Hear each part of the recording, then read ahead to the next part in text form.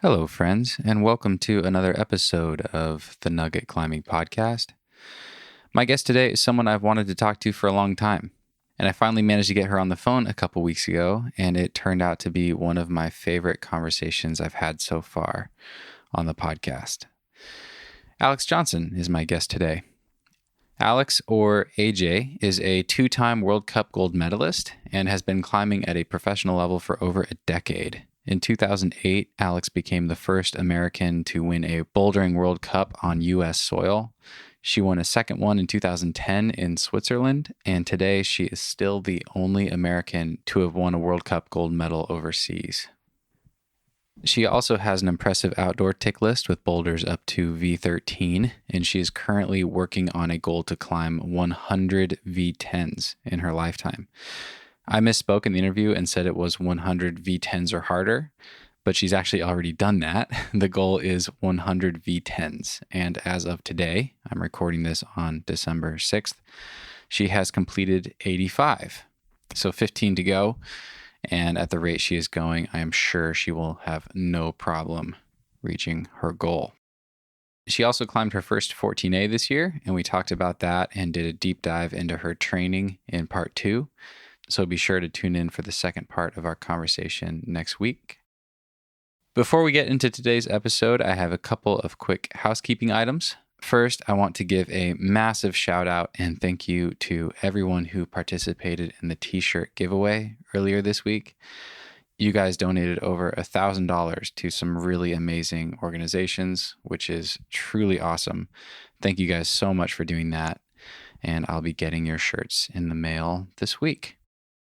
I still have a couple shirts left. If you want to learn more, you can find an episode titled T-shirt Giveaway in your podcast feed. It's about 4 minutes long and explains everything. The second order of business, Alex is partnered with a really cool company that I just learned about called Athletic Brewing. They make non-alcoholic craft beer, and it's incredible. I tried 2 different kinds, their Golden Ale and their IPA, and they are truly 2 of my favorite beers I've ever tried. And I've tried a lot of beer. They're really good. Athletic Brewing makes non-alcoholic beer for athletes who want to enjoy the experience and taste of beer without compromising their recovery. Alex decided to give up alcohol in 2018 when she was training to qualify for the Olympics. We talk about that in part 2.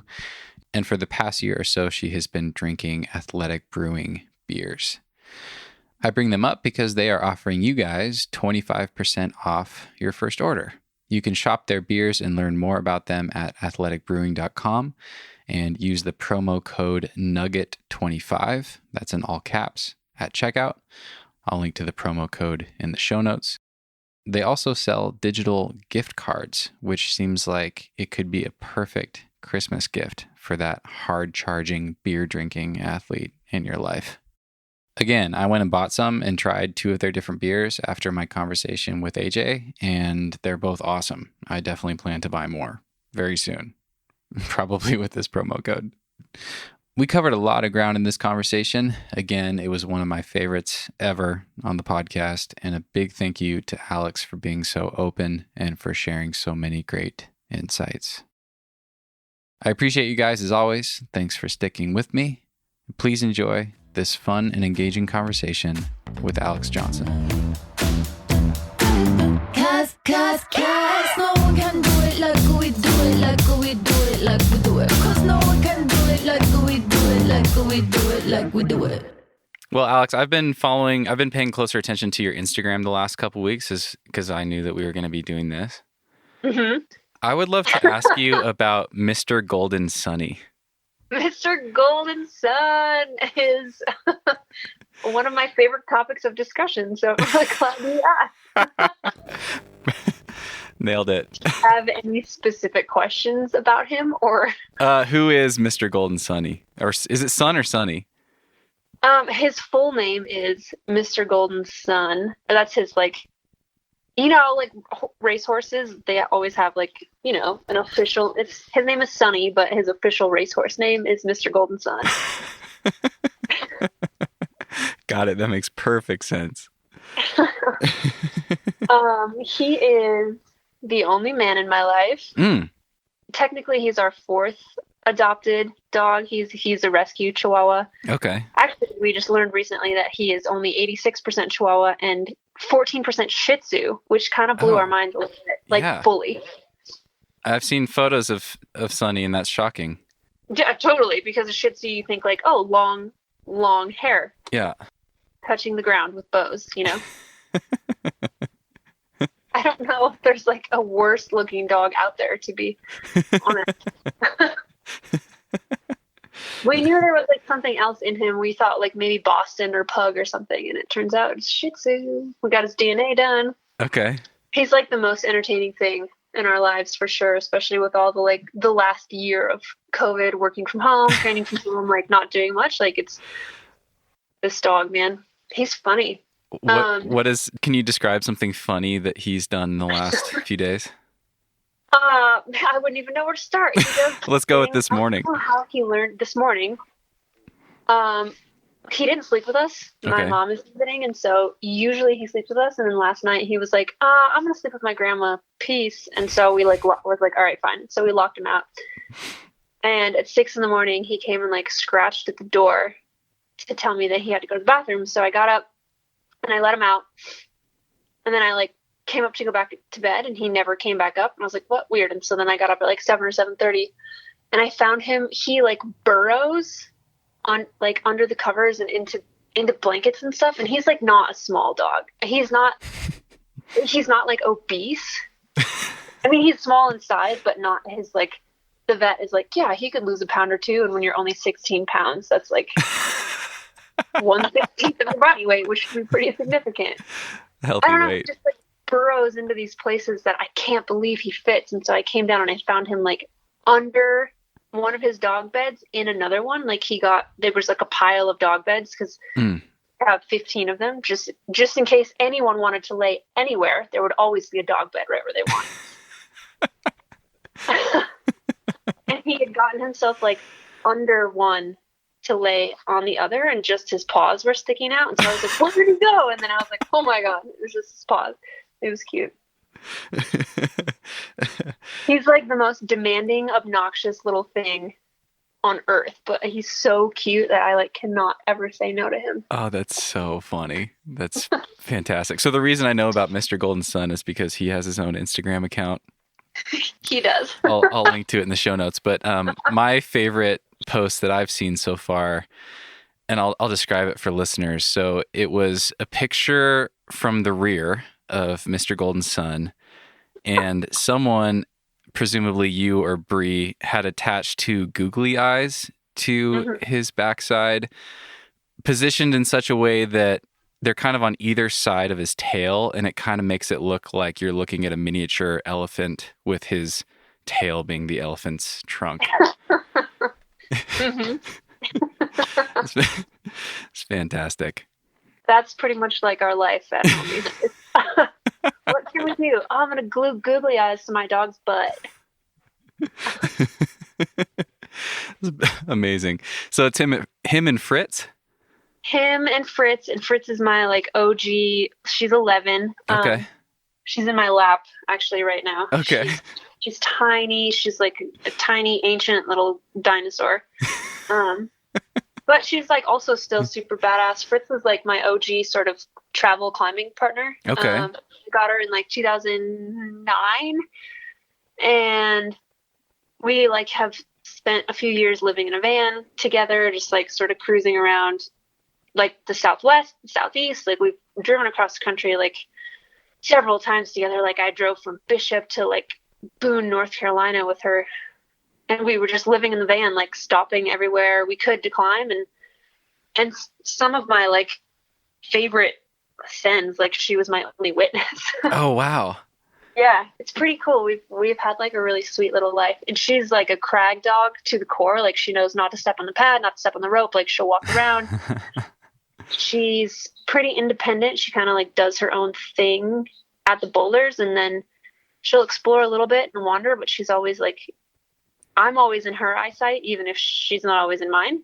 Okay. And then she'll just like find a spot in the sun or nestle up in some stranger's jacket and like lay down. She's great. And then there's Coda, who Bree and I adopted together in Las Vegas. So Coda and Sunny are kind of more city dogs, Okay. I guess. If you were to describe, it's like, yeah, the city mouse and the country mouse. And Fritz is like a great crag dog. Like, she's chilling, and then the other two are kind of like wreaking havoc. Like running, like you sit down to put your shoes on the pad, and then Sunny's like in your lap, and it's like, dude, I'm not sitting. This isn't an invitation.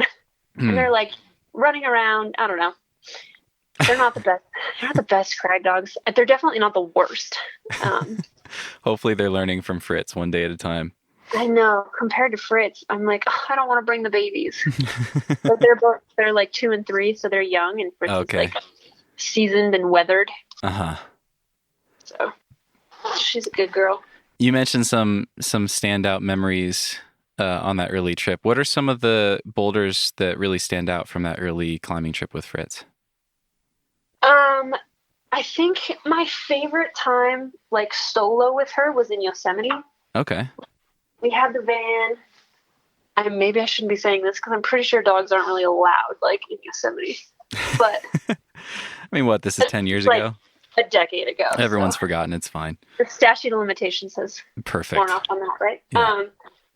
So it was the van, and I had just bought like a tiny, tiny little like 10-foot tow behind camper. And so Fritz and I were like road tripping in the van, towing the camper, and we would drop the camper wherever, like drop it in Yosemite. And then she and I would go out for like a full day of bouldering, and I would like cruise around in the van, have to make like several trips back to the van to make sure I was like safe and had enough pads.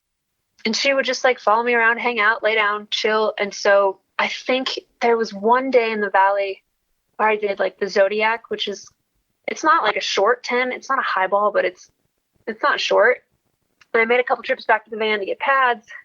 And so there was like a little bit of fear involved. Like, if I fall in this, I could get hurt. And like the only thing that could save me is this like 4-pound Chihuahua. And she's like running for help, you know? But it was like an amazing day. Like, I think I did the Zodiac, the Pugilist, which is like a crimpy 9, some other like kind of crimpy low ball 10, and then another like lower 9. Like, it was a mega day. It was great. Oh, that's amazing. We were like cruising around. Like, it was great conditions. Like, Fritz and I just going to these areas, like to the Iwani, and then the road in the valley is a one-way loop. And so it's like, oh, cool, I sent that. What else can I do? And we'd like load up in the van and like drive the one-way loop again and like park somewhere else. And we just were like doing laps around that loop, like sending. It was great. It was so cool. And I don't know if it was like the season. I think it was November or December in the valley, and there was no one. We never saw another person all day. Oh, amazing. Yeah. Quality time with Fritz. Totally. I want to ask a little bit about your current climbing. Mm-hmm. Something I saw on your Instagram story a little bit ago is you've been sharing some of your, these short like training clips and things like that. And I have seen a few times that you have a whiteboard with goals written on it. I do. In your training, is it your garage or wherever it is that you do your training? It's in the garage, yeah. And I've seen it a few times, and I managed to screenshot it and really take a close look at it. And there's a couple things that stood out to me that I'd love to ask you about. So there's a bunch of hard stuff on this goals board. There's a number of V12s, some V13s, even a V14. But at the top, you have this goal that seems like a running list of V10s, and I'm assuming that's like V10 and up. So you have this goal of doing 100 V10s. Yes. With all the other hard stuff on that list, I'd love to hear, first off, where you're at with that goal and why that goal is important to you. I think as of a couple days ago, I'm up to 86. Amazing. It could be 84. And this isn't like, I'm not trying to do 100 V10s in a year. Okay. I don't think I could. I'm trying to just get to 100 in my lifetime. Okay. And this was a goal that a friend of mine actually came up with. We were in Vegas, and I've been living in Vegas for a few years. And like, I was feeling a little stagnant with goals around Vegas because I felt like I'd kind of done what I could do without spending like a significant amount of time sat under one boulder, like in full project mode. And so I I was getting kind of bored, like with the climbing in Vegas, which sounds crazy, I know, but my motivation ebbs and flows. I'm like definitely not one of those people that's like full psych all the time. Oh my God. So I need these things to keep me sort of engaged or keep me interested. And I was going out climbing with friends and just like, I'd kind of done everything that they were trying. And so I would just sit there. I wasn't climbing much. And a friend of mine was like, I'm trying to do 100 V10s. Like, you should try to do 100 V10s. And I was like, well, all right, sweet. And it was like an immediate sort of re-engagement. And what that has allowed me to do is climb on stuff that I never would have climbed on before. Because it's like, I was getting on like some turds. Like, I was like, I've done all the cool V10s. And unless I want to hike for like an hour and a half to try this like kind of tall, hard highball thing, it was like, got to find my 10s. And so I'd go out with my friends and do like one's called like atomic wedgie. There's stuff on like the down climb boulders, or you're just starting back. It's like contrived low ball turds, a lot of them, but some of them ended up being really cool. And I never would have gotten on them had I not had this random goal. And so I sort of added it to the other grades too. Like I was like, all right, well, I'm way closer on. I think when I started 100 V10s, I was like in the 50s or 60s. I was like, okay, long way to go. And then with V9s, I was like probably in the 70s. And I was like, well, I'll start with trying to do 109s.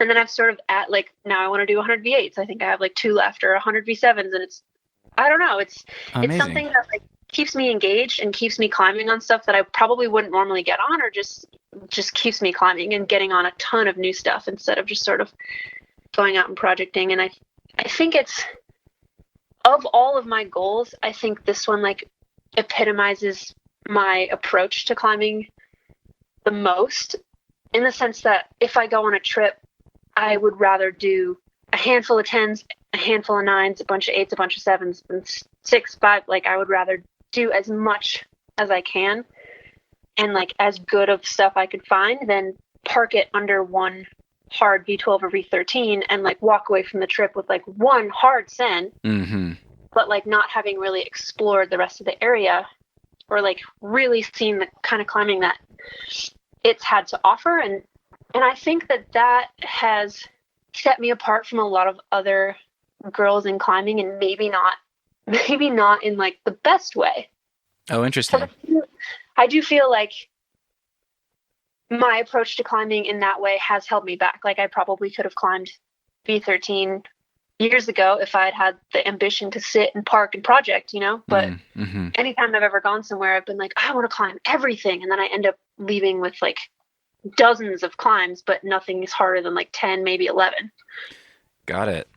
And then I think a lot of other approaches are like, go do the hardest thing, fuck everything else. And I don't know. It's never been, I like love climbing for climbing. Like, it's movement, flow, momentum, holds, uniqueness, not just like grade chasing. Yeah, I'm fascinated by this because this has been kind of a theme topic on the podcast lately. This idea of doing more quality volume and getting more experience as a climber, doing something like, you know, trying to see how many V10s you can do if you're capable of climbing V13 versus really committing time to something super hard that's going to challenge you in a different way. Yeah. And I think it's really challenging because I think we learn so much from both of those things. And I think, you know, the sweet sauce is probably like some balance of those ingredients, you know? Exactly. So how are you thinking about that moving forward? Because you've got some really hard stuff on that whiteboard, and in the meantime, you're pursuing this goal. So I'd love to ask, like, what is it, do you think, that is going to, you know, level up your climbing, and how are you thinking about balancing these two goals as far as like ticking off really, really hard things and then continuing to chip away at this more volume-based goal? Yeah, I think finding the balance in it is super key. And I think now that I'm older and I've like spent more time at some of my favorite areas, I think I'm going to allow myself to start projecting harder stuff, while at the same time like going out and having these fun days where I'm like climbing a turd burglar V10, but having a good time, you know, like, or if I go out with Bree and she's climbing something else, like, and I know that there's like a rarely climbed 1-star 9 or 10 around the corner, then it's just like another thing to tick off on the list to 100. And so I think they both keep me motivated in a really different way. Okay. And I'm starting to become more like attuned with the process of projecting, where I wasn't before. It bothered me. Like if I couldn't do something right away, it bothered, like if I was frustrated, like why can't I do this? Like I should be able to do this. I should be able to do it in a day. And if I can't, then I would rather go try something else. Like, and not in a success fail sort of way, but in a I'm wasting time kind of way. Like if I'm not able to do this, and there's so many other things out there that I could try, that I could do, then my attention span just sort of like switches to the next thing. And I think it comes with like living in an area too, like being settled in a place and not going on trips all the time. Like that's when I think I'm going to start being able to project more. And that's sort of like what led to the 100 V10 thing in Vegas. Was I was not that motivated, bored, like going through some personal stuff. And I sort of just to like stay fit and stay engaged. It was like, well, I could go try to climb some like heinous 12 or 13 that I would have to spend a lot of time on, or I could go out with my friends and just climb around them on stuff that would make me more fit. But I think the V10 goal, like V10 is still hard. And so yeah, I'm still like, there's some that I can do in a day and some that I can do in a couple tries, and then some that I need like 2 or 3 days on. Okay. And like, you're always learning on stuff like that. Like whether it's your style and you do it quick, or it's not your style and you have to go back to it. Like you take something away from it every time. Or at least you try to, you know? Absolutely.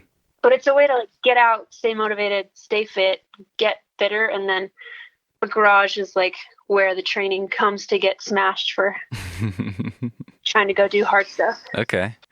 As far as the hard things on that list, do you kind of pick one at a time and just focus in on that thing, and then have, mix in some days where you're doing more volume of easier things? Or are you rotating between the V12s on the list? How are you approaching that? Initially it was the former. Okay. It's lately become the latter, a lot due to like weather. I don't know. For me, if I'm spread too thin on too many projects at once, I'll like sort of lose interest in all of them. Okay. And then if there's like one that's on the forefront of my mind, then I sort of like obsess over it until I do it, and then I can move on to something else. Okay. Even if it is like a V10. Like I went out and tried all thumbs with a few friends the other day and didn't do it. And then for the next like couple days, I was just like sitting at home like I gotta go do it. I gotta go do it. I can't do anything else till I go do it. And then I was like packed up the truck one afternoon and was like, Bree, I'm going climbing. And she was like, who are you going with? And I was like, myself. She was like, what? What do you mean? And I was like, I gotta go. I just have to go. I have to go and I have to do it, and I'll come back. And it's like low and like not scary, and I can carry 2 pads. And it was like, I just will sit here like obsessing over it until I do it. And so I have to go do it. And that's sort of what's working for me right now. Along with having these like other fun, like there were days in craft where I would go out and be like, I'm going to try to do 100 V points in a day, and like no repeats. And so I got on a ton of new stuff that I'd never done, like 2, 3, 4, 5s. I think the hardest thing I did that day was like maybe 8 or 9, but not very many. Or there's like, I don't know, like stupid fun goals where you want to do like the Royal Straight, where it's like V1 to V10 in a day, like one of every grade V1 to V10. And then there's pyramids. The Royal Straight. I love that. Yeah. That's cool. And this is just like stuff like living in Vegas for like 5 years and having people come and want to climb all the time and sort of going back to the same zones, like tour guiding. It was just something to do that kept me going. And so they're like fun games, but you get fit. Yeah. Totally. And this is stuff that can be done in the gym too. Like doesn't have to be outside, like the Royal Straight or like the Grade Pyramid, where you do like 10 V1s, 9 V2s, 8 V3s, 7 V4s, 6 V5s. I think I'm going in the right order. And then you go all the way up to like doing 110. And that's like, that would be a huge day because you're doing 1 10, 2 9s, 3 8s. Yeah. that would be a mega day in itself. And then the ultimate goal would be able to like go up and then go back down. If you were to coach your kids through a session like that, what would be the difficulty that they'd be shooting for at the top of the pyramid relative to their peak ability? Ooh, it depends. It would be like their project grade. Okay. Which most of my kids, like some of them in the gym were projecting like 10, 11, and a lot of them were like probably V8. And so that would be like their one, like ideally it's something you haven't done and you don't want to have it on lock. Like it's a hard day. Mm-hmm. If you're training in the gym. Outside, it's like, I don't care. Give me a turd low ball 10. My standards have gone way down trying to get to 100. Trust me. But in the gym, it's like you want to earn that like peak of your pyramid. Like everything kind of leading up to it can be whatever, but you really want to earn it. And so their pinnacle would be probably like one solid V8. Cool. Okay. Thanks for that. Yeah. That's super interesting. There's another thing on that whiteboard that I'd love to ask you about, and it really ties into one of the reasons why I was most excited to talk to you in the first place. And I'm sure you know what's coming. It comes back to the Swarm. That's not what it says on the whiteboard. Yeah, you'll have to fact check me. I believe it says, the fucking Swarm with a bunch of question marks after it. Yep. I love it. Hello? Hello? Are you going to come back for that thing or what? Yeah. I love it. So, I mean, it's really fascinating to me to have followed your story over the years, because there's been a couple times now where you've put yourself out there in a really open, really vulnerable, and really honest way, and kind of shared your process of chasing something really big for you. And failed. and failed publicly. Mm-hmm. And the Swarm was the first one. And there was a really beautiful short film that you made about it called The Art of Failure. Mm-hmm. And I'll share that in the show notes as well. I think, people would really appreciate watching it. But one thing that you said in there was you really felt like you let people down, like people that were following your journey mm-hmm. and kind of rooting for you. I'm really interested in this because you ended up kind of doing it again with your bid for the Olympics, to try to qualify for the Olympics. Sure did.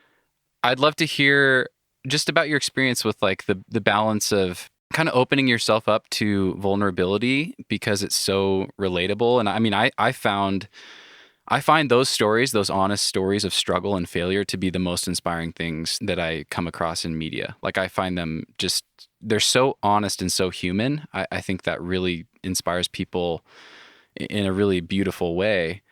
But at the same time, obviously, it puts an immense amount of pressure on you. So I'd love to hear maybe kind of how you've thought back about the process with the Swarm in hindsight, and then what led you to be so open again with trying to qualify for the Olympics. Totally. I think deciding to like be public about trying the Swarm was something I went back and forth with. And I think a big part of it was like an aspect of storytelling. Like we'd come into an age like with social media and online media, like the age of online media. And before, you used to have to like wait for a climbing magazine to come out like in print to see who had done what crazy hard, like futuristic thing. And we were in the age of like immediacy, like so-and-so sent this, and then everyone just kind of moves on to the next thing. Like 2 or 3 days later, like there's like a blur, like explosive blurb of interest. And then it's like, Adam Marder did this. Alex Megos did this. But Margot sent this. And it's like our attention spans have gotten shorter. And so I wanted it to be, I was closer to doing it when I didn't tell anyone I was doing it. And I think a lot of the added pressure like did definitely get in my head. But I wanted it to be sort of like a journey and a process and a story, and not just be like a flash in the pan, sort of like AJ did the Swarm, and then have it that I was like, I'm here, I'm doing it. I might as well document that I'm doing it. And then it'll be sort of like a build up, and then a pinnacle, and then like fade away, sort of like a storybook, or how your professors in college tell you write an essay, like intro, body, conclusion. And so that's kind of like what my approach to it was. And I think it definitely like got in my head for sure. Like at first I felt really inspired by all the support that I had surrounding it. And then eventually when time went on and I ended up being less and less close to doing it, that's when I started to feel like the heaviness of the disappointment. I think the reason that I was like less and less close to doing it was because it was all I was doing.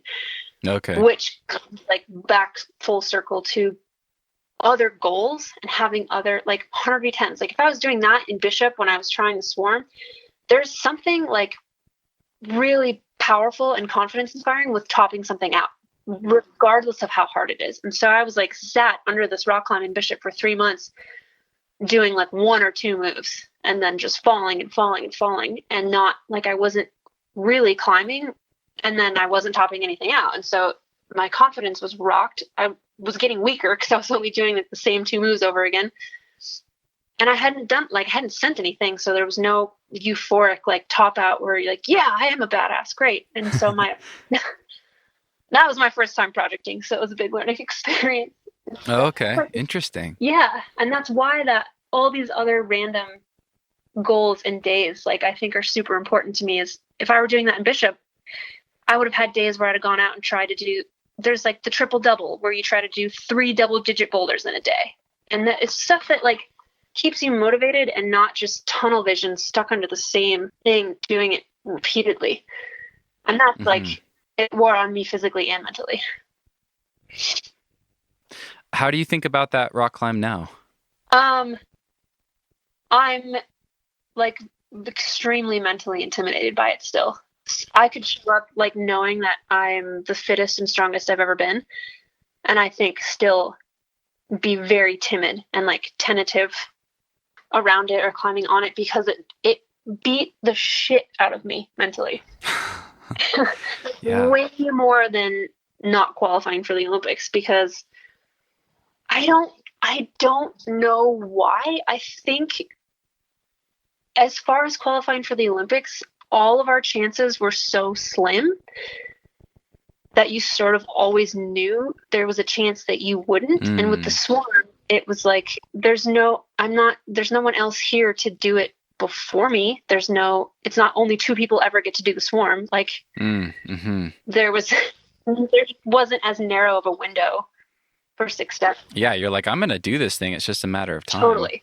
Whereas at the Olympics, it was like, yeah, I'm gonna go. I'm gonna qualify. I'm doing it. I think I can do this. And then you're like, nope, that didn't do it. But yeah, it was still like an awesome process and like a vulnerable experience and a great learning experience. But you sort of always knew that could happen. Swarm, it was like there's no, just like not a slim of a window for success. Mm-hmm. It's really interesting to hear how you think about that storytelling aspect of it. You were an English and journalism major? I was. That's so interesting. Did you kind of have that same storytelling mindset or framework as you approached the Olympics? Was that kind of the thought behind that as well? Yeah.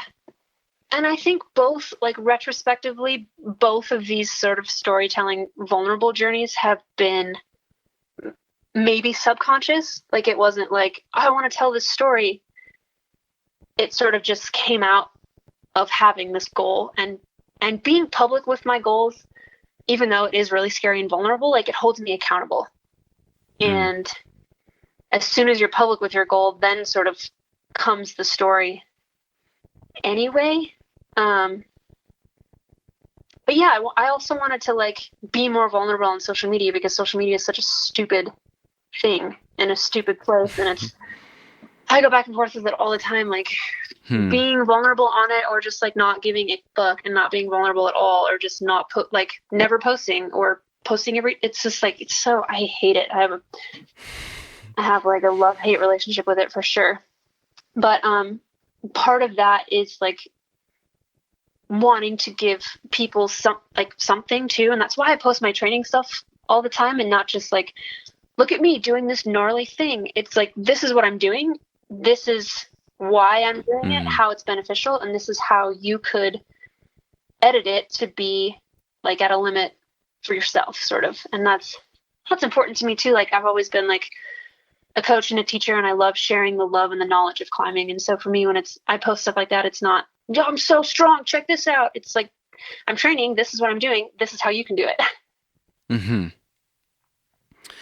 Yeah, that's amazing. And that's such a generous thing to share because it really reminds people that it's an ongoing process and that most of your days are locked in your garage grinding away Totally. and not necessarily sending the sickest thing you've ever done. Right. It's so easy to lose sight of that when you just, see the highlight reels on social media all the time. Yeah, totally. And it was like a lot of the stuff that I was doing training for the Olympics was new to me too. And so it was exciting for me to share that stuff publicly because I was excited about it. I kind of plateaued in my training program. I'd been doing the same thing for like 4 or 5 years and wasn't really seeing any significant gains. Like I would get strong again as soon as I started it, but I was plateauing. And then I started working with Dr. Tyler Nelson at Camp for Human Performance, and he does all of my like testing and training and programming now. And I'm like still peaking at 31. Amazing. Yeah, totally. And so that was like all really new stuff for me too. And it was exciting. And it was like, I was diving into this new world of quantifiable, like measurable training, which I'd never done before. And I was excited to share that. It was like this new avenue for me. And now I think this past March, I don't know where I'm at right now. I'm like still wary to I compare myself to all my old selves, with like fitness and Sure. training and even Sure. though like all of my training is quantifiable and measurable and I might be doing like the exact same weight on my weighted finger hangs as I was in March, I'm still like, God, I was stronger in March. So like this early 2020, like January, February, March, I think was the strongest I've ever been. And I'm like really getting back to that. But it was like right after Kyra qualified for the Olympics. And so that last spot was taken. And so I'd spent a year training and climbing only inside, like 2018. And then 2019 was all training and climbing inside and competing at World Cups. And so then the second Kyra qualified, I was like, shit, she's all right. I'm going rock climbing. And so it was like those 2 years of training that I took outside to rock climbing. Like I went back to Vegas and was like flashing V10. I don't know. I've never been outside climbing where I've been like that fit. And so it was, amazing. Yeah, it was nuts. And I was like, holy shit, I got to do more of this.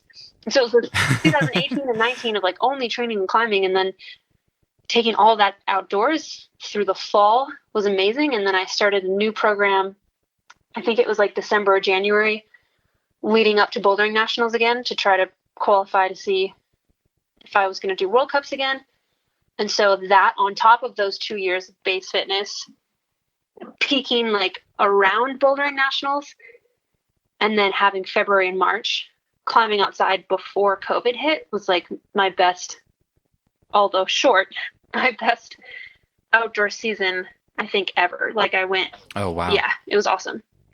And I don't even know I didn't do anything like substantially hard. Like I didn't go climb V14, but I was like doing V11 and like a couple tries and flashing V10 and like just sending stuff that in the past I'd been like, no way. Like Trent's mom, I was like, it's only V10, only. In Joe's Valley. Quotes, only V10. Right. But I was like, I'll never do, if this is V10, I've never climbed V10 and I will never do this boulder. And I went out and I like did it in a day. Like half an hour, amazing. I was like, holy shit. And COVID hit and training, I don't know. It's been like, it's ebbed and flowed and I've tried to stay fit. But having a program and having someone to hold you accountable and write stuff for you that keeps, like our bodies adapt really quickly as far as training. So if you're doing the same thing over and over again, your body's going to be like, boring. And so you will plateau. And so having someone who's able to, like, I'll go down and test with Tyler, like he'll rewrite my program every couple weeks or every couple months, depending on like what I'm sort of looking for. And then having someone who's like, all right, switch, like your body's adapting to this too much. We have to switch it up. Cause that's how I plateaued before. I was just like doing the same thing because it worked in the past. I was trying to do the same thing over and over again. And my body was like, yeah, we got this. And so switch it up. You got to switch it up. Interesting. Yeah. So I definitely want to circle back to some of the specific stuff you've worked with Tyler on. So people that are listening, don't fret. We will come back to training. But I want to ask a couple more questions about the Olympics and kind of how you're thinking about competing now versus outdoor climbing, and also some of your coaching. So I think you had gotten a silver medal in the 2015 Open Bouldering National Championships. Mm-hmm. And then you retired from competition climbing for a while, and then, got fired up about this Olympics thing. And you ended up getting a silver at the 2019 Open Bouldering National Championships again. Yes. Which is amazing. It is. It is. I'd love to hear how you're thinking about, like, now that the Olympics are no longer a viable option, what space does competition climbing hold in your mind now versus focusing on outdoor climbing and all these routes on this whiteboard goal list that you have? That's interesting because you notice that there are no competition goals on that whiteboard, huh? Yeah. I did. Yeah. That's something that I've sort of been mulling over internally a lot, like within myself, is sort of what now? And I think the conclusion that I've come to, like, only recently within the last few days, was that I came back to competition climbing to try to qualify for the Olympics. I don't think I've ever fully 100% applied myself or applied the hard work that other people put into things to the talent that I was born with until like 2018-19. And so I would have regretted not trying. And so that was like what coming back to competition was for me. Like, I had nothing to lose, but I would regret not doing it. And I came back to comps to try to qualify for the Olympics. And now that that's not happening, I feel pretty confident in saying the direction that I'm going will be almost predominantly back to outdoors. Okay. Which is like where it was before and it's where my heart is. And I love competing. I feel like that atmosphere like takes me to this level that I don't see outside very often. Like, I get there sometimes, but it's like the few times I've ever flashed a V10, or like sometimes the hardest sends that I've done, like you kind of black out, or I black out. And I don't know if it's like this insanely precise, honed in focus where my brain is off and my body is just executing. And it's happened outside a few times, but I experience it the most in competition because you're out there to perform. And you got 5 minutes. It's like do or die, and outdoors, there's always kind of the mentality in the back of your mind that's like, well, if I fall, I can always try again, or I can always come back, or I can always, and so with competing, it's like it's now or never. Like, let's fucking go. And that sort of like ignites this fire in me that kind of comes out of nowhere. And that's what I love about competing, but it's not where my heart is like full time. It's like being outside in nature, like the dogs hang out, we're projecting, it's rock and beauty, and it's like a little more cathartic. Sure. To me, they're almost two different sports, and at this point, they seem to be branching off, like the style of World Cup boulders versus like the grit of rock climbing. Like, they seem to be branching off into being two different sports, and for me, I don't feel like I can excel at both at the same time. All the training that I could do inside for World Cups would lead me to be like an amazingly strong rock climber and sending the hardest stuff I've ever sent, but then my time would have to be split. Okay. And so me climbing outside all the time and training like just brute finger strength for all these projects I want to do outside does not translate to like the parkour volume, like coordination, power style of comp climbing right now. And so I don't feel like I can adequately do both, even though there are parts of both that like cater to the other. I would have to be split, and I think both would suffer if I didn't commit to just one. But my heart is in rock climbing. Beautiful. And how does your coaching and your teaching fit in at this point? It sounds like it was also teaching that kind of brought you back to the sport and got you kind of reignited this fire in you. Totally. how does that fit in at this point And that in like your climbing? goes along with me like sort of being stagnant in Vegas. Like I wasn't doing anything really productive aside from these like fun, silly little game goals of like triple double, 100 V10s. I was just like hanging out in Vegas and I'd kind of lost myself. And so the opportunity came to move home to coach, and I said no several times. Like I think 6 months, I was like, no, I'll never move home. No. And then I moved home and started this program, and I hadn't really been training or climbing, and I ended up falling completely in love with all my kids and like seeing their passion and love and excitement for the sport and like what I could bring to them. Yeah, definitely reignited like the way that I felt about the sport, and then climbing with them all the time and training with them and sort of that awesome mindset, positivity and focus and grit and like how bad they want it led me to like start training and climbing again. And I got really fit. And that's when I was like, I feel really strong right now. I think I would regret not trying. And that unfortunately led to coaching taking a back seat, which was like a really hard decision for me. Was like, I love my kids. They're the reason I got back into competing. And now when I go pursue competing, they don't get the attention and the time and the coaching that they deserve. And that's like sort of when I made the decision to like all or nothing. Because the same thing is like indoor versus outdoor, you know, like I was like, I'm coaching, I'm competing. My brain is split and my time is split. And for a long time that worked. And then eventually I was like, I either have to commit to the kids or commit to competing, because I'm like half-assing. They didn't deserve like me to be half-assed, or I was like traveling a lot during their season and it wasn't fair to them. And so that decision ultimately was really hard for me, and then sort of led me to end up moving to Salt Lake. Left them in great hands. So that was like, that's not what I was worried about at all. It was just like, I adored all of them. And it was really hard for me to leave the relationships that I built with them and stuff. So a little context for listeners. You grew up in Hudson, Wisconsin? I did. And then you were the head coach at a gym in Minneapolis? Yep. Is that right? Okay. The same gym that I grew up. Kyra and I both actually grew up climbing at this gym. Okay. And how long did you end up being back there? That was a year or so? I think it was 2 years. Okay.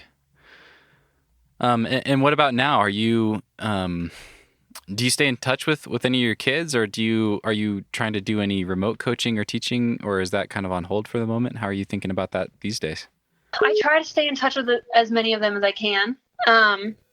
They reach out, or their parents will reach out, or I'll reach out, or be like, hey, I was thinking about you. Like, I hope you're doing well. But with COVID, the gyms had all closed. And so they weren't really climbing. A lot of them were getting home walls. And so we would like kind of connect that way. But our home gym in Minneapolis is like so up in the air right now. I don't even know what's going to happen with it. And so remote coaching has not really been happening. Yeah, that makes sense. We're like, just like, miss you guys. Yeah. Hope you're safe and healthy. Yeah. But I want to start doing like, and I've had so many people out here, like, I'm always like, I miss my kids, I miss coaching. And I've had so many people out here be like, why don't you just go coach at one of the gyms here? And that is not the same to me. Like, I'm sure I would love it and fall in love with all those kids and like adore working with them and adore them. But I think I like miss my kids. You know, it was my first team. I will always like love those kids and owe them so much, probably more than they can comprehend right now. And so when people are like, why don't you just go coach at one of the local gyms here? Like, that's not, I want my kids back. I want them all to come out here, and then I will coach them all out here. I don't want to just like, go coach any random team. And I love teaching and instructing and breaking down movement and the comprehension of my own climbing that I get that comes with coaching and teaching. And so like clinics are a great way for me to achieve that without feeling like I'm cheating on my kids. If that makes sense. Yeah, that does. Is there anything in particular that you learned about your own climbing or that you changed as a result of your time coaching? Attention to detail, I would say, would be a really, really big one. Like before, it was like try really hard every time. And then it got to the point where it was like, that's clearly not working. Like something is not working. And so I would start doing a ton of repetition, especially on slab or lower ankle stuff that's more balance and body awareness than just like on a 45 where you like grab and pull. And so it was, why is slab my weakness? What am I doing wrong? Where are my balance points? What's the angle of my foot? Is my heel up? Is my heel down? And so like that sort of really precise attention to detail and also repetition. Like just because you send something, like that shouldn't mean that the practice of it is over. And there's practice, there's training, and there's performance. And all three of those things are not the same, should not be approached the same, and cannot all be done at the same time. So practice is you're learning, it's technique, it's ball handling skills, it's like drills, it's the mundane stuff that you don't like that makes you a better soccer player. And then there's training, which is like you're doing weighted pull-ups, like you're breaking your body down, you're gaining fitness and strength, which is completely separate from practice. And that's a big thing that I want everyone listening to take away is like those two things are separate. There's practice and there's training, and they should each be done equally and separately, if not even practice more, you know, like it's easy. Okay. It's really easy to get strong. It's easy to get stronger. It's hard to get better. And I think being better is far more important than being stronger unless you're climbing like V13 or something. Yeah. But so it was like, I would go do all the slabs in the gym, but I wouldn't just send the slab and then walk away. It was like, that felt like shit and it looked like shit. And I was like hanging on by the skin of my teeth, clawing my way up this slab, which is not how slab is meant to be climbed. What am I doing wrong? And even if it was like, I would do the same singular move, maybe the start move, up to 15 times until I had it like so dialed that muscle memory and that movement could be locked away in my like movement quiver or my skill quiver to be accessed at another time, whether it's in a comp or outdoors. And it's boring and it's mundane, but it's that sort of like precision and attention to detail during practice that I've taken away the most from my coaching. Cool. Are there any, I have two more questions, I guess, about the balance of practice versus training. Mm-hmm. I'd love to just get a sense of like what the distribution is. So when you think about like climbing in a gym or climbing outside, just time, you know, either ticking off your V10s or trying something hard, is that separate from these kind of practice sessions? And then I'd love to also hear like if you had to, you know, give a percentage of like how much time you spend in your training and climbing and practice, like what allotment of that is for performance climbing, what allotment is for deliberate practice, and then what allotment is for your physical training? Mm-hmm, definitely. I think for me, climbing outside is almost entirely performance because there's the objective of getting to the top. And that's sort of the same as in competition. Like you want to get to the top. That's all performance based. And so when I go to the gym, if I were going to have a 3-hour session, a lot of my time, a lot of people approach going to the gym as performance, like get to the top, send, move on. And maybe on your like really hardest, like gnarliest sends, that is the approach. But for me, going to the gym is practice. Like I'm trying to send the hardest thing I've ever sent, but when I do, I want to know why. Or I'll go, Tim Kemple and I have been climbing a lot together and we have a really similar style. And I think we're at really similar levels. And both of us like really enjoy breaking down movement in ways like, why isn't this working? Why did this work for you? It's not working for me. And it's all like, it can be really obscure and specific down to like the angle of your foot on a volume. Or it's cool to have climbing partners like that do have that practice mindset in the gym because that's what it's for. I feel like, you know, it's like a weightlifter goes to Gold's Gym and like pumps a bunch of iron and then they'll go to like a weightlifting contest and that's where they perform. It's like, I guess that's more along the lines of training, but I don't know. Ball skills, I'm trying to compare it to like other sports, but for me, going to the gym is practice. And even if I'm trying my absolute hardest, I'm going to break down why a move felt so hard or how I can make it feel easier. It's like the path of least resistance up the path of most resistance, you know? That's a great one-liner. Well, let me ask you this then. If you had a bunch of kids that you were coaching for the day and it was a practice session in the gym, what are some specific drills or what are some specific kind of practice-oriented drills that you would have them do? I would definitely start out the day by telling them that they're not going to leave tired. Okay. And I think that that's like a big misconception with practice is like we'd have kids come to the gym and we would run them through drills and skills and, you know, ball handling all day. And then they'd be like, well, can we project or can we do a workout? And it's like, that's not what the day was about. Like today was practice. And I think a lot of them get frustrated, as a lot of people do, when you go to the gym and you leave and you don't feel tired, you don't feel like you got like that workout in. But I would like preface the session by being like, you're going to leave here and you're not going to be tired and I don't want to hear about it. When you come in tomorrow, I will put you through a workout and you can leave tired. But right now I want you to practice your weaknesses, the stuff that you're bad at. When you go to a comp and you crush every steep thing that there is and you get on the slab and you can't get off the ground, that's what you're doing today, because that's where you need areas of focus. I don't need you to go do weighted pull-ups.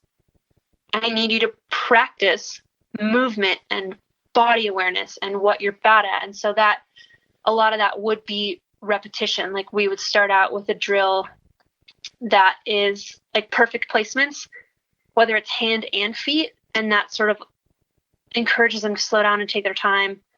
And a lot of people call it like the quiet feet drill, but we partner them and hold them accountable. And it's not quiet feet, because you can have a really quiet foot placement if you're trying really hard. That still isn't an accurate foot placement. You're just placing it quietly, which is not what we're looking for. We want it to be placed accurately based on the next move or set of moves that you're going to be doing, knowing ahead of time, like chess, if you're going to be needing to foot match or pivot on that foot. If you put your foot too far to the right on a foothold and you have to pivot into a back step, it's going to pop off. Or if you put your foot on a foothold that's hogging the foot, and then you need to match, you either have to do one of those little like hop skippy match things that I can't think of a better, there's a name for them, but when you like pop your foot out and then hop your other one on really quick, which is risky. Totally. Whereas if you were looking ahead and thinking a few moves ahead, like you're playing chess, you would know I'm going to need to pivot that foot into a back step, or I'm going to need to match eventually and not to hog the foot. And so it wasn't quiet feet, it was like precision. And the same thing with hands. Like we would want them to try to hit a hold with their hand as precisely as possible without needing to adjust and adjust and adjust. Because every time you adjust, like you get a little bit more pumped. And so if you can be like way more accurate with your dead points and just like hit, stick, or hit and adjust and stick once, that's way more efficient. So we would partner them and have their partners hold them accountable. And if their partner saw anything that was like less than precise, they would have to come down and start over, which they found annoying. Sure. I'm sure it was infuriating for them. Yeah. That's great. So that was one really fun one. And then the other one would just be like slab repetition, like either in a group of 3 or with a partner. And it's basically projecting, like you're working something, but you're not working it to send, you're working it to learn. And so we would encourage them to sort of take it one move at a time and repeat that move over and over and over. Like I would go to the gym with my friend Gabe, who was also my assistant coach. And on our own sessions, like we would do this, like we would get on a slab and do a move, drop off and be like, that felt weird, get back on the start, do the move again and be like, that felt different. And then we would watch each other do it, film each other doing it, talk about each other doing it, and then see how many times in a row we could do it the same way, if that was the best way that we thought we could do it. And then 2, how many different ways we could do it. And then which one was the best and the most efficient. Oh, so, that's really interesting. Yeah. I'm a nerd. Yeah. Most climbers are. So this is perfect. This is really interesting. That I would have my kids do. And then that's the kind of stuff that I'll do in the gym during a practice session. It's okay. The gym for me is not performance. It's not get to the top and be done. It's practice, learn, ball skills, what can I add to my movement quiver? And then if I happen to get to the top, can I do it again? Can I do it different? Can I do it better? And then comes training, which is like take 4x4s or 6x2s, like on wall training. And then there's like off wall training, which is weighted hangs, fingers, pull-ups, etc. Most people know about that stuff. And will you combine practice sessions and training in the same day? Yep. Yeah. Okay. If I have like a long window or a long session. A lot of times with kids, it's hard because they only come for between like 2 and 3 hours per session. And like 45 minutes of that is like warming up and talking about what we're doing, etc. And so I would break up their practice and their training to be on separate days. But if I have like a long window, I could do like an hour or two of practice because you're not getting tired. And then do like a set of 6x2s. And that's like power endurance. Okay. And really, really good for comps actually, because generally in competition, you have like a one great go, maybe at best. If you're falling in the middle or at the top, you have 3 or 4 goes, unless it's like a run and jump start and you have to put like 15 attempts into it or something. But generally you get like 1 to 3 good goes per boulder. And so 6x2s is like, I would pick 6 different boulder problems in the gym at like maybe my like hard flash levels. So for me, it was like sometimes 7, sometimes 8, occasionally 9. Okay. And I would set the timer for 2 minutes, and I had at most 2 minutes to do it, but I would try to do it with minimal rest. So I would do the boulder, come down, and it's basically you just like chalk up and get back on like a 4x4. Okay. And the second go was always really hard, and you had to like dig deep and find that fight and the grit and not just give up in that second go. And even if you're just like throwing for the lip, like 100% effort all the time. And so that was great for power endurance. And then it would be like a 2 or 3 minute rest. And then I would go do the other 5 boulder problems. And so that's like, it's not competition headspace, but it's competition fitness. Okay. So you're giving yourself 2 minutes for each boulder to give like 2 really good quality tries that are just all out effort. Yes. Okay. And then interesting. I guess along the lines of like training and practice, myself personally, I would go through mock comp days. And then with the kids, we would go through mock comp days, which is like entirely different. That's like headspace practice. And so that's performance basically, or performance practice. Okay. We would only do that once a month. Okay. Really. Interesting. Yeah. What does a typical week look like for you these days? You live in Salt Lake City. You're able to get out and try real projects on real rock quite often. What is the breakdown of getting outside climbing versus indoor practice versus indoor climbing training versus, training with fingerboards and weights and stuff? Like, how does all that stuff kind of divide out for you? Up until really recently, I was climbing outside a lot, like 4 or 5 days a week. Okay. Wow. And that was sort of like taking precedence because that was my performance. And then I would come home from a day of climbing and practice or train. And then there's also days where I'll like devote it to training. Like I'm not climbing outside today, I'm only training. But a lot of times, like with your climbing outside, if you're trying to send your project, you're trying the same few moves over and over again. You're not really getting wrecked. So you can kind of come home and still do like a workout or a session, or you just go outside, freeze, and you don't really get any climbing in. And then you come home and do a workout or a session. And so I have like a couple days out of the week designated for specifically training. And this is sort of all in the garage lately because of all the COVID stuff. But for the last few months, I've basically only been like outside or in the garage. Okay. And the garage is like where the grit happens. And I've kind of always been like a lone wolf trainer. And I totally understand and appreciate that there is value in training with other people and having people push you and soaking up like the energy, but like training is vulnerable for me. Okay. And I prefer to do it when, like if I'm having a session or climbing with other people, like that's awesome and it's fun. But when I'm training, my mentality with training is I have several mantras, I guess, but my mentality is like always with intention, and it's all or nothing.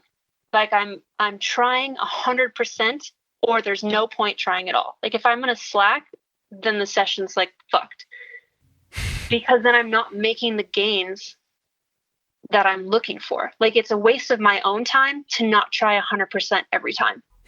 And so the whole theme of like me training is intention. And so I'm like in the garage, like screaming and swearing and like groaning, and Bree's like in the house or in the kitchen. She'll like pop her head out and be like, "Are you okay?" And I'm just like, "Yeah, I'm just suffering." I'm trying really hard. It's like, go away. Don't watch me. The same thing. Like if I like am sick or ill or have the flu or something, like I lock myself in the bathroom and I'll throw up alone. I don't want anyone to see me throwing up. I don't want anyone to see me training. Like Bree will always pop her head in and be like, "You okay? Do you need anything?" And I'm just like, "Get out!" Like I'm screaming in the garage. She's like, "What are you doing?" And I'm like, "TRX, go back inside." I love it.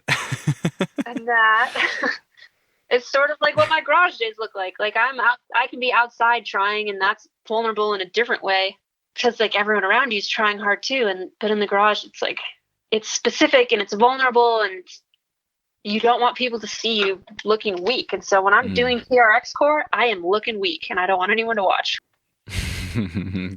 Okay, yeah, interesting. That makes sense. I can relate to that, by the way. I'm very similar. I vastly prefer training alone. And I love climbing with other people. Like climbing social, and that's one of the aspects of bouldering that I love the most. But I don't like training with. I prefer to train alone, just because it's like so raw for me. So I think a lot of people are relegated to home walls right now and are kind of isolated in their climbing. Do you have any guidance or tips or pointers that you would give people for, as it relates to like practice sessions on a home wall when you just have one angle and a fixed set of holds and you're by yourself and that sort of thing? Anything that comes to mind? Yeah. The two things that I do the most on my home wall, I have two. I have one at a 20 degree and one at a 40 degree. Okay.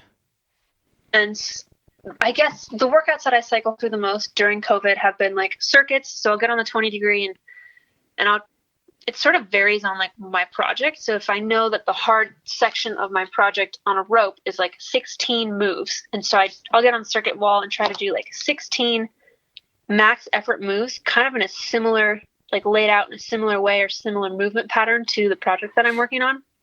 So it relates back to it. That's one thing. And then you can do 6x2s on your home wall too. So it's six of like your hardest boulder problems, repeat times 2, the workout that I described earlier. And then another one that I do the most often that I find to be the most relevant for like bouldering and peaking and leading up to training is max effort moves. And so this isn't like full boulder problems for me. Like I'll go on the board and light up like a V10, even though like I know I can't do it, but it has moves on it that will make me try my absolute hardest. Like it's limit movement. And whether I'm doing like one move, like sticking one heinous move, or doing 2, maybe 3 in a row. If you're doing more than 3, then it's not your limit. Like you're aiming for like 1, 2, maybe 3 limit moves in a row. And that trains not just like your physical capabilities, but it trains your brain to try hard. Sometimes we go out or we go to training and the quote is like, you have to try hard to try hard. Like it's hard to get in the mindset of like, don't let go, max effort every time. That's a really hard mentality to try to be engaged in all the time. And that's something that I find that limit moves helps me with, is you're fighting to stay on the wall. You have to try hard to try hard. And that sounds silly.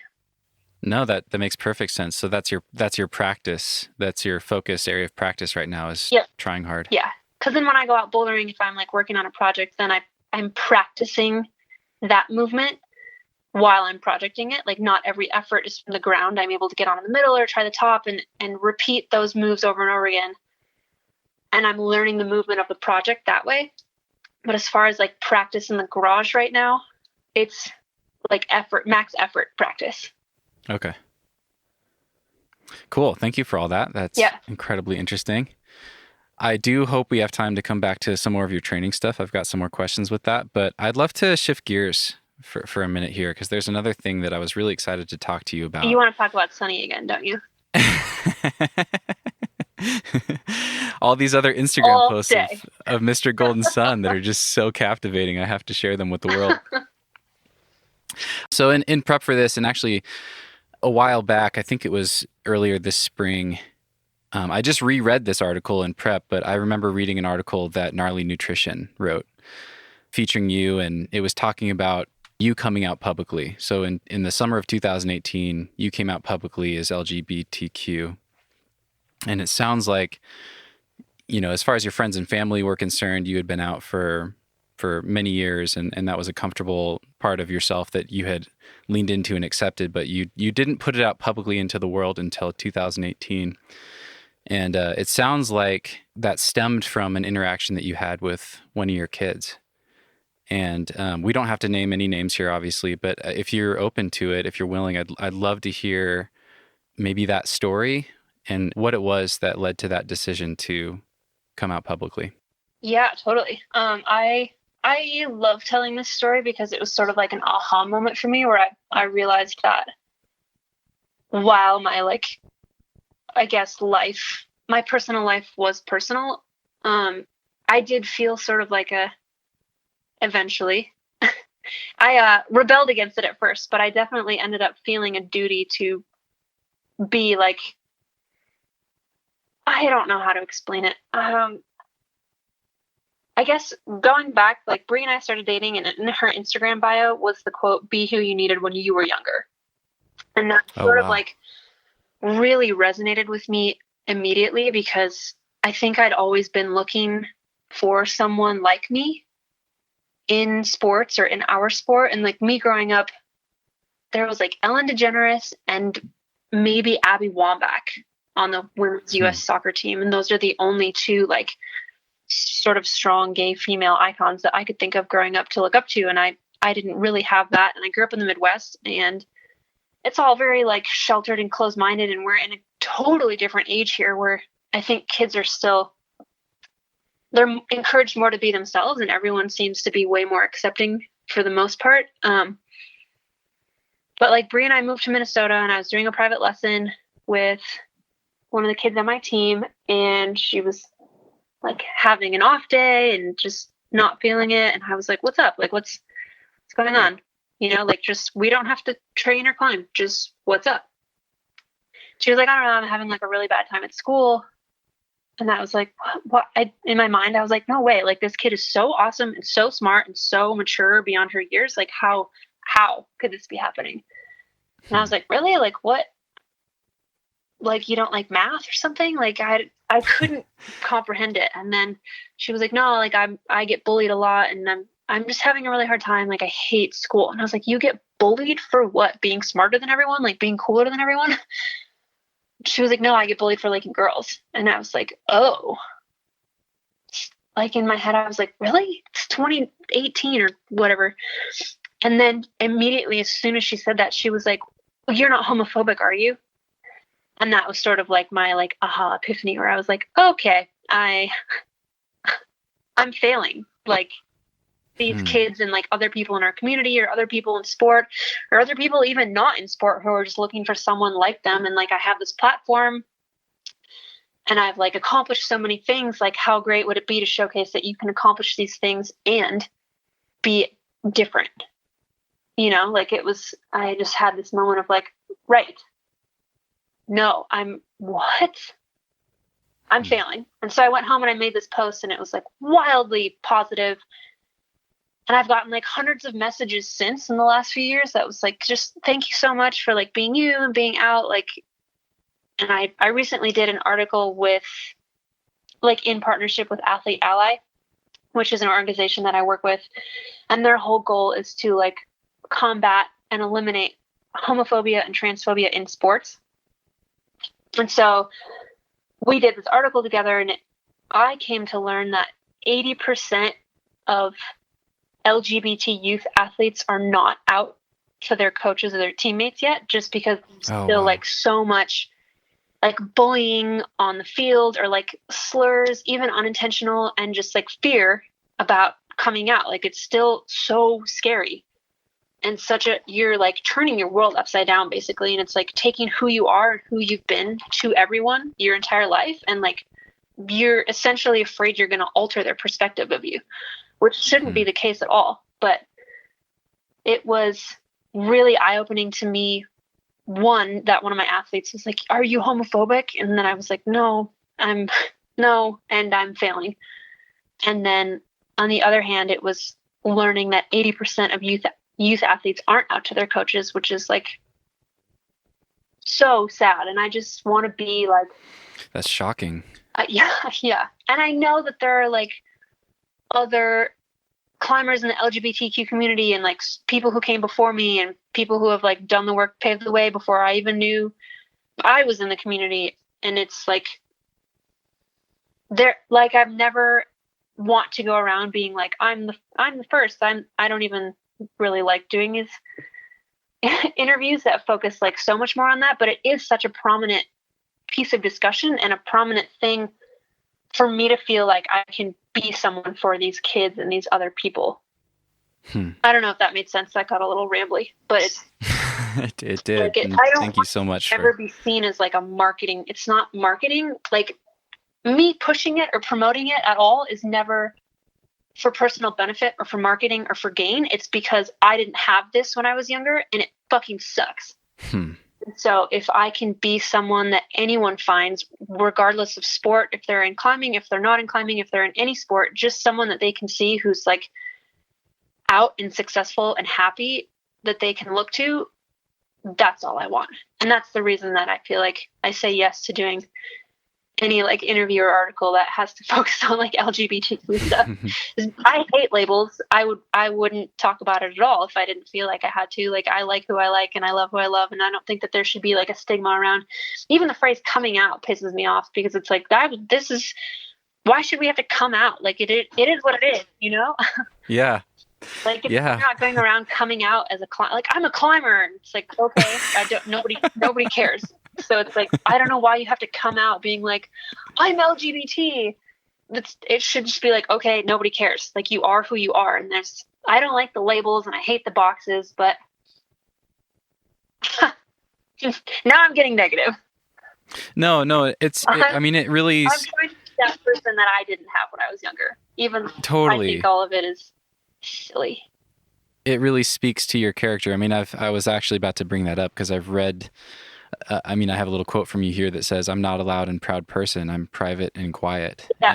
And, the fact that you choose to put yourself out there in the spotlight anyway, because it is so important to you to, give these kids a role model, the type of role model that you didn't have. I mean, that really speaks to your character, and it's incredibly generous and beautiful. So totally. Like it is super vulnerable. It's not something that I like posting about or like at the forefront of like my brand or whatever. It's just, it's like a small aspect of me. Like I'm also funny and I have 3 chihuahuas and like there's all my favorite color is black. Like there's all these other things that are, I feel like on the same level of importance as like who I love. But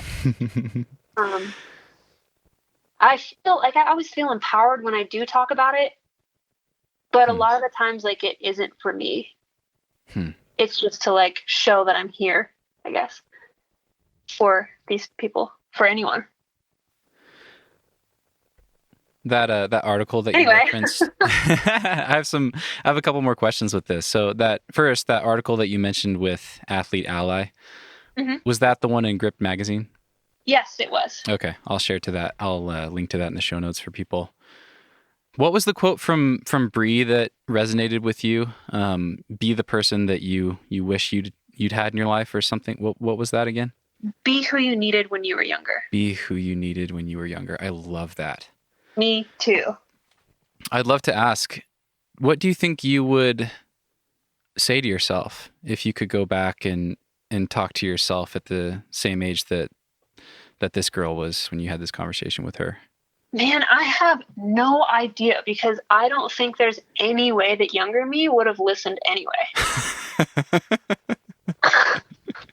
Like if I went back to my like middle school and like I was bullied in middle school like savagely because I was like obviously different and not out and like, but like probably people were like, yeah, that girl's fucking gay. But it's like the Midwest, you know, and so no one's out. And so I was like bullied savagely in middle school and a little bit into high school to the point of like silence. Like I would not speak in school. And if I was called on, I just was like completely different, like a silent, dark, quiet, like non-existent version of myself. And I think like if I met younger me would be like, I literally don't even know you. Why are you talking to me? Get out of my face. I wonder though, I have to wonder what your younger you would have thought reading that Instagram post that you shared when you came out. You know, I imagine that younger you would have drawn a lot of inspiration from that, even if there was no face-to-face interaction. I would hope so, but I think it like still goes, even a decade ago, there were like so few, I don't know, we're like in a totally different era. And I think I was so afraid then to be who I was and to be who I was, where I was, like growing up in the Midwest, and it's like sheltered and conservative, and it's like I was already such a black sheep being like a climber that I didn't want to like draw any more attention to myself because I was already being bullied for being different. And there were just so few people, like it was Ellen and it was you. Kids are mean, dude. Kids can be so mean. And now like we have Sue Bird and Megan Rapinoe and like Ashton Harris and Ali Krieger, and Gus Kenworthy was also like actually a huge part of my like accepting myself and like coming out. Like we had all these like prominent superstar out athletes, like a few of them, and it wasn't until Gus Kenworthy came out, like he was the first one that I could actually relate to. Who is he for listeners that aren't familiar with him? On the U.S. ski team. Okay. He's a free skier. And he came out like right after the Sochi Olympics or right before the Sochi Olympics. I think it was like 2014 maybe, when I was living in Vegas, and I was like there was no part of me that was even considering like publicly coming out. And then Alyssa Roenick wrote his ESPN article, and I had met her during my time when I was on the North Face team. She came along with a couple other like journalists from the media and like talked to us. And so seeing him on the cover of ESPN and knowing that Alyssa wrote the article was really cool to me because it was like 1 degree of separation. And then it was also someone in the outdoor industry sort of like at the pinnacle of their career.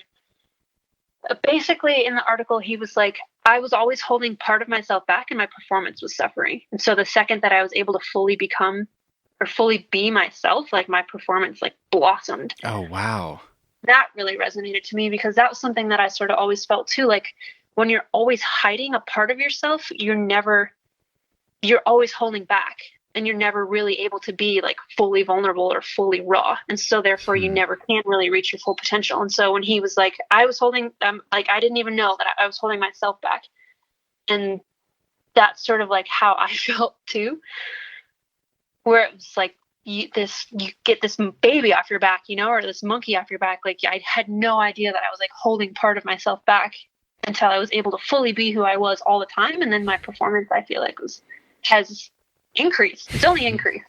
It seems like it. And this is why I was so excited to talk to you. It seems like you put yourself out there into the world and really opened up. And it seems like you've just been thriving ever since. I would agree. That's amazing. I love that. I mean, that's the, the perception that I picked up from the outside. And I'm so happy to hear that that's how you feel as well.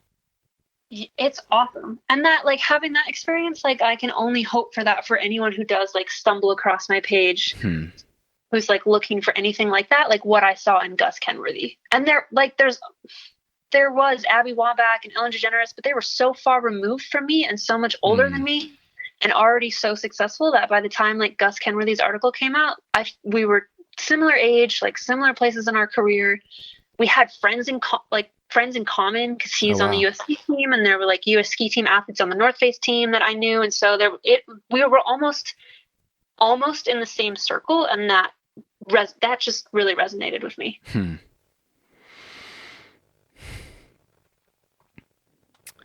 So you've mentioned Bree several times in this interview. Who? No, just kidding. Tell me about Bree. Bree, I actually wrote down this. You sent me a list of questions that I don't feel like we've touched on at all. Just kidding. No, we've actually. I'm throwing you under the bus. We've actually touched on all of these. The question that you sent that was like, what is something that you're especially grateful for lately? The only word I wrote was Bree. Whereas for the rest of them, I was like writing paragraphs and like words and keywords and all this stuff. Like, what's something you're grateful for? Bree. This could be like a whole another 90-minute segment. Bree and I have been together since 2016. Mm-hmm. We met through climbing, although she was not a climber. Her mom was a climber, and on this like all ladies climbing group called the Bouldering Betties out of Sonoma, California. And they hired me to like guide them around Bishop or come like climb with them in Bishop. Okay. So that was awesome. It's this like group of like hilarious psyched ladies like cruising around Bishop, like climbing B3, you know. It was super funny. And then the last day of the trip, everyone got to like bring their families got to come, and so that's how I met Bree. This was in 2014. Okay. And we'd like stayed in touch as like friends and acquaintances since, and then we were both like dating other people. And then in 2016, we sort of like reconnected. Neither of us really knew the other was out. I mean, she was out. She'd been out since like high school or something, and I was definitely not. And so when we like first started dating, it was super private, basically a secret. And she was like, "What? I don't get it. Nobody cares." And I was like, "No, you're from California. You don't care, and other people in California don't care. I'm from Wisconsin. Nobody can know." And it took like, she was like, "You're tripping. Like, just be who you are. Like, you're great. Who cares?" Like, and it sort of took like dating her for me to realize like it was just like someone like worth coming out for, to like my family. Even like I was not out to my family until I started dating Bree, and then I was like, "Oh man, she's cool. I gotta start telling my friends and family that she's more than just my BFF." Oh, that's amazing. What is something that you have especially appreciated about Bree lately? She's like wildly supportive and extremely generous. So it's like whatever goal in life that I have, she sort of like makes sure we're both set up in a way that like it can be achieved. Like when it was the Olympics, she was like, "All right, if this is what you want to do, like let's fucking go." And she would like wake up a little bit before me, like make breakfast. It's like eggs and carbs and protein. Like we would count out my macros, like do like have a set calorie goal. She would get up and like make breakfast according to that, like pack me a lunch and like send me to the gym. Or I was like, I have to do speed today. Will you come time me? She was like, "Fuck yeah." Or like I was like, "I need to go do roots. Can you blame me?" And she was like, "Yep." And it's like she's always been like extremely supportive and like pushed me to be better and like be, most importantly, a better version of myself. Like that's sort of like her number one. Like climbing and training and that success that way could take a backseat to her like wanting me to be like the best version of myself and like loving myself and accepting myself. And so that's also something we've been working on together. Yeah. This is too perfect. Can I jump in? Yeah. I actually wanted to share something. I want to read an Instagram post that you shared, and then I have a question about it. Okay. And I think this was you posting about your 4-year anniversary being with Bree. Mm-hmm. You wrote, "Bree pushes me to dig deep, to find myself, to be better. She embraces everything about me, everything that I am, and who I'm becoming, even if I'm not sure who that is. She never fails to tell me how awesome I am, especially when all I do is tell myself how awesome I'm not. She's teaching me what self-love can actually look like, and although I'm a slow learner, I have a great teacher." Now that was poetic. It was. Nice job. I'd love to ask, what is something you've learned from Bree about self-love? A lot of my climbing and a lot of my self-worth is put into climbing. I would say almost all of my self-worth has been like put into the basket of climbing and success in climbing, because that's like all I know. And that's sort of like where my identity is. It's like, I'm a climber. I'm good at climbing. And those are the two standout things about me. And so a lot of like what we've been, I guess, learning throughout our relationship is like, she thinks she's awesome regardless of like what she's doing. If she's doing a sport, she's like, I'm awesome, and I know I'm awesome all the time. And so for me, because so much of my self-worth is put into a sport and success in that sport, when I'm not successful in it, or I'm not, even if I'm one day, it's not just like these crazy failures like the Swarm in the Olympics. It can be day to day. Like if I'm having an off day climbing, because so much of my identity and my self-worth are put into climbing, that sort of like really affects and alters how I see myself. So it's like, I'll go out and try a project and I'll fail. And so I have this like crazy spiral of like self-doubt and self-loathing and just like, oh, I suck. I'm not strong enough. I'm too heavy. I didn't try hard. Like all these, it's not excuses. It's just like self shit talking, almost like total self-sabotage, which is like, you had an off day. And so we've been sort of like navigating me having one off day of training or one off day of climbing, like doesn't affect the value of who I am as a person. Something that she's like really good at reminding me, but also really over reminding me of. She's like, I can't, when are you going to learn this lesson? Yeah, like she's like tired of being like, no, you don't suck as a human just because you had an off day. But it's like, obviously I don't suck as a human just because like I had an off day climbing, but when I'm like in it, because I'm so invested, that's sort of like all that I can see sometimes. And she's sort of just like building up this other side of me that like sees value and self-worth like in who I am outside of like being good at a sport, which turns out is like a lot of work. She says. I don't know. I think I'm easy.